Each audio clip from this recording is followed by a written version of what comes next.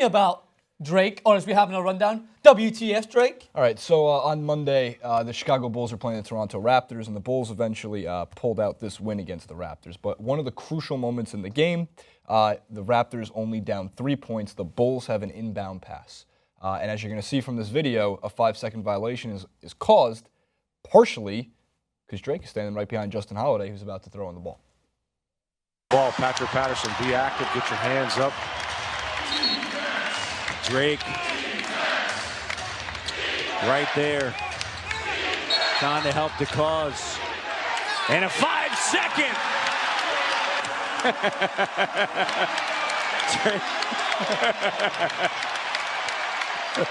I think Drake was calling that 5 seconds out there, man. So, Coach Fred Hoiberg for the Bulls and Nikola Mirotic, at first you think they're arguing because why is Drake standing there? Yeah. Well, that might have been part of it. What they were actually arguing was how the F was that 5 seconds. Yeah. It actually looks like 4. And in terms of inconsistency in the NBA, more so than never calling travels, actually count out. Use a stopwatch on a 5-second and you'll be shocked how many times it's 6.5, 7.5 seconds. They rarely, I mean rarely, 1/1000. 2/1000. They don't count at Mississippi? That's a great way to put it. Francis, but I know you're also a huge fan of the Drake and Meek Mill beef, and this is what really happened in that scenario. Interesting. How quickly do they want to take that foul? They lob it in for Butler and a whistle. A 5-second call. Wow. My goodness. Wow. How quick was that?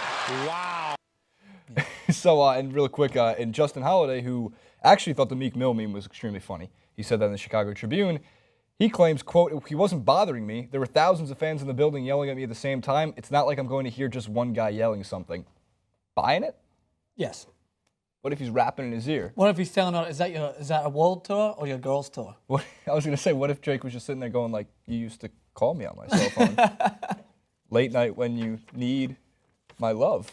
And maybe, and then he just got a little taken back by it. It could have happened, but okay, so I was asking Dan a little bit about this in terms of the rules, right? So you are courtside. Mm-hmm. I guess it's frowned upon for you to come that close to an opponent, but necessarily he wasn't close enough that it could be an infringement or it could stop the play. Okay, so look, the immediate example I think of is what's it called? Spike Lee of the Knicks, right? Who has, I haven't seen him do exactly that, but he gets close. He gets on the court sometimes to like taunt at players. Technically, I don't think Drake should have been allowed to be right behind a player, even if he was a few inches back. To me, that is like a delay of game or distraction of some sort. I can say, however, I love that Drake did this. Mm-hmm. And this is coming from someone who doesn't necessarily love the Drake. Oh! So I thought this was awesome. I don't think it should have been done, regardless of me thinking it's awesome. But what are you going to do? Excuse me, Mr. Drake. Mr. Jimmy from the Degrassi, I need you to take 5 steps back and go back to your seat. I think that's his seat was right there. Yeah. So, I mean, he has to, that court space is so small. Your feet are basically touching the player's feet. Yeah, and the thing that I was going to pose, though, is his reaction after. Do you think you need to ask Drake whether he thinks he had an influence on that or not?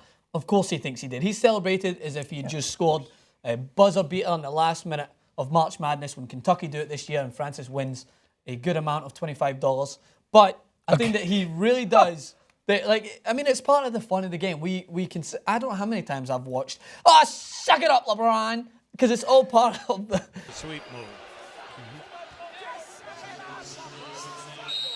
It's all part of the fun of which the NBA provides. Like, trust me, I watch a sport where there is literal barriers in front of you where you can't get the hate that you want to put across, which is all part of the sportsmanship of it, as long as it's within boundaries. It's a fact. Let's not go over. Which is part of it. I don't think that my message is getting across, but basketball is very intimate with the fans and the fact that they can be so close and their words, you can feel as if they're heard. Like, there's no way LeBron didn't hear that crazy lady shouting at him. She wasn't crazy, but she sounded that way in the words. But that's all part of the fun. And if you're a player, you need to expect that. And it seemed like Holiday wasn't fazed by it. However, when I watch it back again and I see how close proximity he is, I think he's hearing Drake spit some rhymes to him.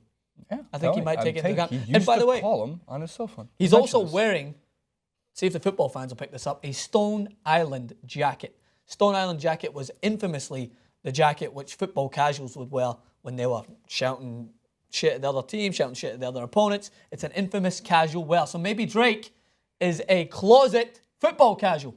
We'll see. Like He's Steph channeling Curry? it. No, not that cat. He's just a fan. Football casual means the guys that go and start the riots. Oh, I thought it was a hooligan. Yeah, hooligan, same thing. A casual? Casual, take it. That's what you're called, a football casual. I'm a casual. All right. Are you a casual though?